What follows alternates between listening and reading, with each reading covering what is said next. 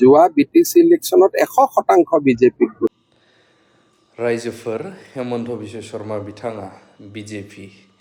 नैबे गामिया गासिबो बिजेपि नैबेखौ बुंनायजों लोगोसे BTC इलेक्शनजों लोब्बा लाखिनानै आरो माखासे माने खोथा खेंफ्रुथि होदों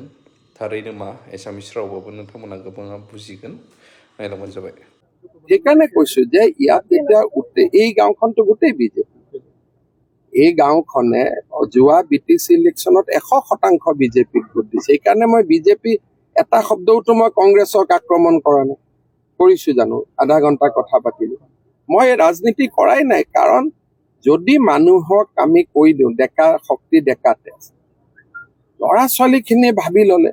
যে কিবা গভৰ্ণমেণ্টে তেওঁলোকক জামিনে দি দিলে নেকি যি ধৰণে আমি কৰিলো জেলতহে পঠাইছে ক'ব লাগিছিল যে আজি এটা ন্যায় প্ৰক্ৰিয়াত ডাঙৰ বিজয় আদালতে তেওঁলোকক জামিন নিদিলে জেলত পঠিয়ালে যদি আমি ক'লোহেঁতেন জেলত পঠোৱালে তেতিয়া ইয়াত ক'লে 5 ষ্টাৰ জেল অমুক জেল কচুক জেল ইয়াত এয়াৰ কণ্ডিশ্যন আছে অমুক আছে এইবিলাক যিবিলাক উলিয়ালে আজি সিহঁতি একযোৰ কাপোৰতে আছে মাটিত শুই আছে পকাত শুই আছে এতিয়া তেওঁলোক গোটেই কেইজনে আজিতো কোনেও দেখুওৱা নাই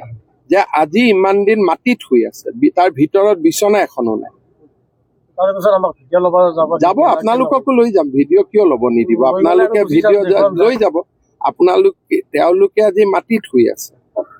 এযোৰ কাপোৰ পিন্ধি আছে ঘৰৰ মানুহ পৰ্যন্ত আহি লগ কৰিব পৰা নাই যি কাৰণে নহওক কিয়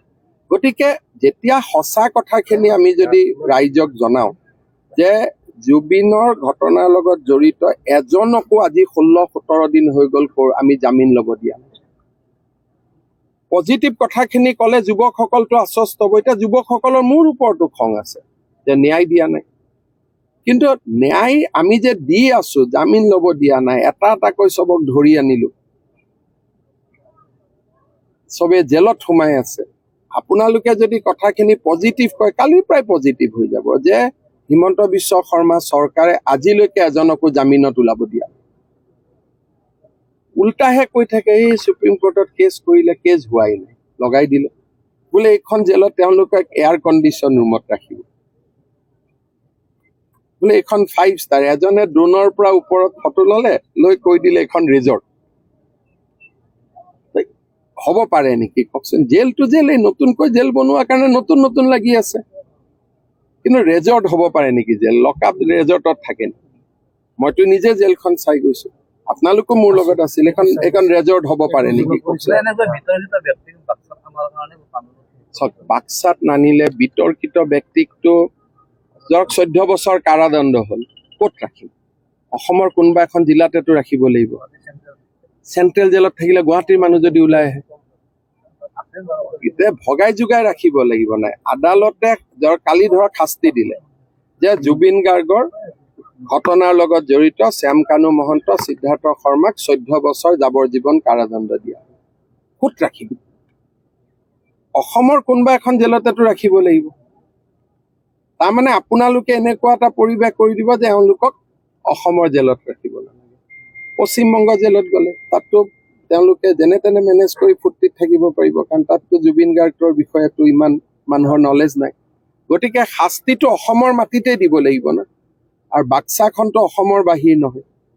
কাৰোবাক হাফলং দিছোঁ কাৰোবাক বাক্সা দিছোঁ কাৰোবাক চিৰাং দিম কাৰোবাক নলবাৰী দিম মঙলদৈ দিম একেলগে থাকিলে আকৌ ক'ব যে ক্লাব কৰি ল'লে বুলি গোটেইকেইজনক একেলগে থকাৰ সুবিধা দিছে কিবা এটাতো যি কৰোঁ তাৰে উল্টাটো ক'ব যিটো কৰোঁ গতিকে কি কম কওক মোৰে দুৰ্ভাগ্য বুলি মই ভাবিছোঁ যে ধৰি আনিলোঁ কোনেও নকয়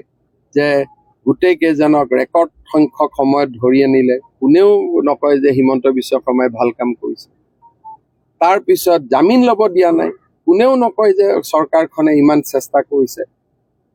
বোলে ছিংগাপুৰত যোৱা নাই অফিচাৰ গ'ল ছিংগাপুৰত সেইটোও নকয় বোলে ছিংগাপুৰৰ অসমীয়া মানুহ অহা নাই এতিয়া ৱাজিদ বোলাজনক বাদ দিটো চব আহি গ'ল ভাল কথাকেইটাতো কোনেও নকয় সমাধি ক্ষেত্ৰ বনাব ইমান ধুনীয়া কমিটি কৰি আমি আৰম্ভ কৰিলোঁ কোনেও নকয়